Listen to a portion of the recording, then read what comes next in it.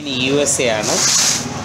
The legislative executive relation in USA are based on separation of powers as explained by Montesquieu. Montesquieuവിൻ്റെ theory of separation of power. ആ തിയറിയുടെ അടിസ്ഥാനത്തിലാണ് അമേരിക്കയിൽ എന്ത് നിൽക്കുന്നത്, executive legislative relationship നിൽക്കുന്നത്. അപ്പോൾ separation of power എന്ന് പറഞ്ഞാൽ the legislative and executive branches, the legislative, executive and judicial branches of government should be separated as three watertight compartments. That means the legislature should not interfere the activities of executive, and the executive should not interfere the activities of legislature, and both the legislature and executive should not interfere the activities of judicial. അപ്പോൾ ആ തിയറിയാണ് ഏതാ separation of power ഇത് കൊണ്ടുവന്നത് Montesquieu ആണ്. അപ്പോൾ അതിനെ അടിസ്ഥാനത്തിലാണ് എന്താണ് സ്റ്റേറ്റ്സ് കേൾക്കുന്നത്. So which argues that the power of the government must be separated between branches of government. ഗവൺമെൻറ്റിൻ്റെ അധികാരങ്ങളെ എന്ത് ചെയ്യപ്പെട്ടിരിക്കണം, ഈ മൂന്ന് ബ്രാഞ്ചസ് ഓഫ് ഗവൺമെൻറ്റുമായിട്ട് സെപ്പറേറ്റ് ചെയ്യാം. The legislature is an independent branch of in legislative matters and executive is an independent in the executive, in the exercise of executive powers. Legislature എന്താണ്, legislative മാറ്റേഴ്സിൽ എങ്ങനെ independent ആയി പ്രവർത്തിക്കണം, executive എങ്ങനെയായിരിക്കണം, അവരുടെ അധികാരങ്ങൾ കൈകാര്യം ചെയ്യുന്നത് ഇൻഡിപെൻഡൻ്റ് ആയിരിക്കണം. Even though there is a separation of power, the checks and balance is adopted as a working principle. അപ്പോൾ ഇങ്ങനെ ഇവിടെ സെപ്പറേഷൻ ഓഫ് പവർ ഉണ്ടെങ്കിൽ പോലും അമേരിക്കയിൽ എന്ത് നിലനിൽക്കുന്നുണ്ട്, ഇതിൻ്റെ പ്രവർത്തനങ്ങളെ ചെക്ക് ചെയ്യാൻ വേണ്ടിയിട്ട് ചെക്സ് ആൻഡ് ബാലൻസ് എന്ന് പറയുന്ന ഈ ഒരു പ്രോസസ് എന്ത് ചെയ്യുന്നു, ഉപയോഗിക്കും.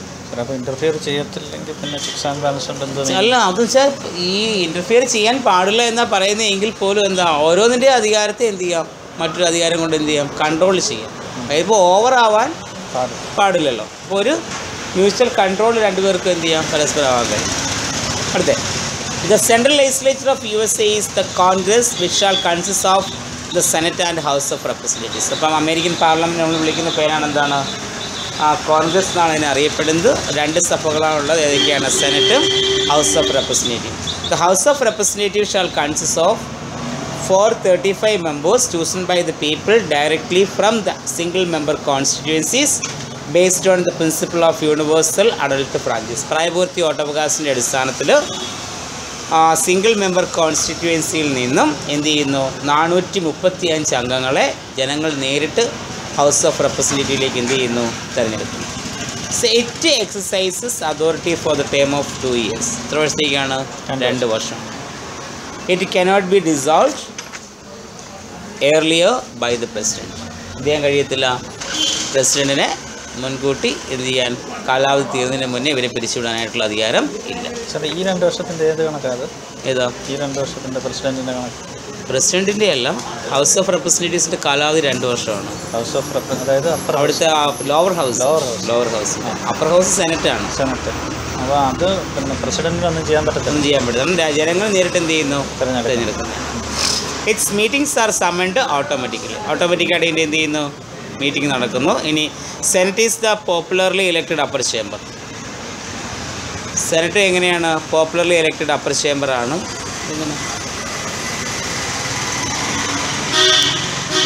പോപ്പുലർലി ഇലക്റ്റഡ് അപ്പർ ചേംബർ, അവിടുത്തെ അപ്പർ ചേംബറാണ് ഏതാ, സെനറ്റ് എന്ന് പറയുന്നത്. It is a permanent chamber, സ്ഥിരസഭയാണ്.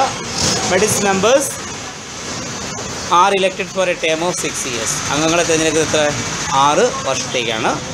In the US political system the Senate exercise more powers than the upper chambers in the other countries. ലോകത്തിലെ മറ്റു രാജ്യങ്ങളിലെ അപ്പർ ചേംബറിനേക്കാളും കൂടുതൽ അധികാരം ആർക്കാണ്, സെനറ്റിന് ഉണ്ട്. അതായത് US പ്രസിഡന്റ് ലോകത്തിലെ മറ്റ് അപ്പർ ചേംബേഴ്സ്, അതായത് ഇപ്പോൾ ഇന്ത്യയിൽ രാജ്യസഭ, ബ്രിട്ടനിൽ ഹൗസ് ഓഫ് ലോർഡ്സ്, ഇങ്ങനെ വരുമല്ലോ. അപ്പോൾ ആ ഓരോ അപ്പർ ചേംബേഴ്സിനേക്കാളും കൂടുതൽ അധികാരം ആർക്കുണ്ട്, സെനറ്റിന് കൈകാര്യം ചെയ്യാൻ കഴിയും.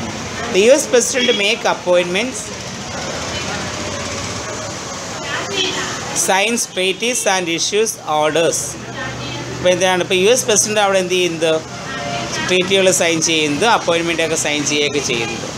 Any of such activity of the president may be ratified by the senate. അപ്പോൾ അങ്ങനെ പ്രസിഡന്റ് ചെയ്യുന്ന ഏതൊരു പ്രവൃത്തിയെയും എന്ത് ചെയ്യാൻ കഴിയുന്നു, റാറ്റിഫിക്കേഷൻ വേണം. ആരുടെ, സെനറ്റിൻ്റെ റാറ്റിഫിക്കേഷൻ മീൻസ് അപ്രൂവൽ ഉണ്ടെങ്കിൽ മാത്രമേ എന്ത് ചെയ്യാൻ പറ്റത്തുള്ളൂ, ഇങ്ങനെ ചെയ്യാൻ കഴിയത്തുള്ളൂ. Therefore the US president keep a loyalty to the Senate.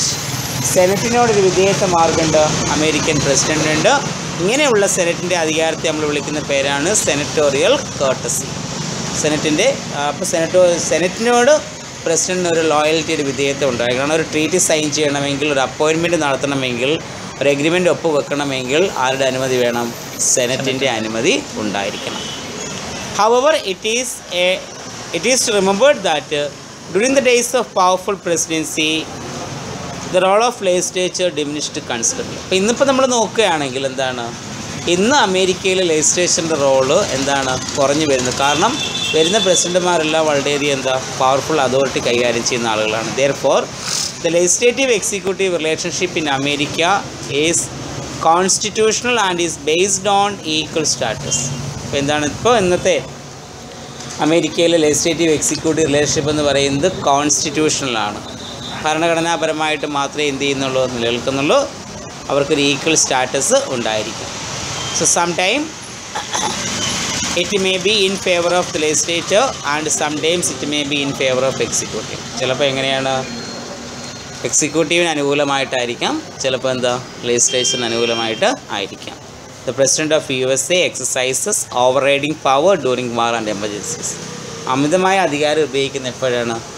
യുദ്ധം ഉണ്ടാകുന്ന സമയത്ത് അല്ലെങ്കിൽ എമർജൻസി സിറ്റുവേഷനിൽ മാത്രമേ ഓവർറൈഡിങ് പവർ ഉള്ളൂ. പിന്നെ പ്രസിഡന്റിന് ഓവർറൈഡിങ്, ബാക്കിയെല്ലാം ഏകദേശം ഈക്വലായിട്ട് നിൽക്കുന്നു. So the role of legislature increases the impeachment and central courtesy. അപ്പോൾ ഇതവിടെ ലെജിസ്ലേച്ചറിൻ്റെ റോളെന്ന് പറയുന്നത് ഇംപീച്ച്മെൻറ്റ് ചെയ്യാൻ പറ്റും ആരെ? പ്രസിഡന്റിനെ. ഇതിന് അതുപോലെ തന്നെ നമ്മൾ പറഞ്ഞു ലെജിസ്ലേച്ചറിൻ്റെ അപ്പർ ചേംബർ സെനറ്റ്, അവർക്ക് എന്ത് ഉപയോഗിക്കാം? സെനറ്റോറിയൽ കേർട്ടസി എന്ന് പറയുന്ന ഈ അധികാരം എന്ത് ചെയ്യാം? ഉപയോഗിക്കാം. സെൻട്രൽ കേർട്ടസി എന്താണ്? സെൻട്രൽ കേർട്ടസി എന്ന് വെച്ചാൽ എന്താണ്? whenever the president of America sign a bill or a treaty or an agreement, he should have a loyalty towards the Senate. അതിനെന്താ പറയുക? സെൻട്രൽ കേർട്ടസി എന്ന് പറയും. അത്രയേ ഉള്ളത്. ഞങ്ങളുടെ മോളെ ഞങ്ങൾ അംഗൻവാടി കൊണ്ടാക്കി കേട്ടോ.